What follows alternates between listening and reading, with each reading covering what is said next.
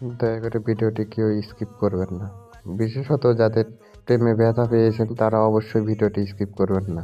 এর গল্পটা শুধু আপনাদের জন্য। ভালোবাসাটা এমন একটা অনুভূতি যা করলেও ব্যথা পাওয়া যায় এবং না করলেও আফসোস করতে হয়। যারা প্রেম করে ধোঁকা খেয়েছেন শুধু তারাই জানেন যে এখানের ব্যথাটা কতটা ভয়ানক এবং কতটা কঠিন। তো যাই হোক, আজকের ঘটনাটা পুরোটাই সত্য ঘটনা। তো চলুন শুরু করা যাক। ছেলেটির নাম ছিল সাকিব এবং মেয়েটির নাম ছিল সীমা। প্রথমত ছেলে ও মেয়ে একে অপরকে অতিরিক্ত ভালোবাসতো, এতটাই ভালোবাসতো যে একে অপরের জন্য জীবন দিতেও রাজি ছিল। কিন্তু হঠাৎ এমন একটা সময় আসলো, মেয়েটি হুট করে একদিন ছেলেটিকে বলতেছে যে আমাকে পাত্রপক্ষ দেখতে আসতেছে, তুমি যা করবা খুব জলদি তাড়াতাড়ি করো।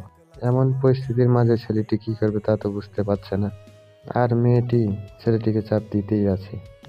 এর মাঝে মেয়েটি বলে ফেলে, তো হয় তুমি আমাকে বিয়ে করো না হলে আমাকে ভুলে যাও। বলে মেয়েটি চলে যায়।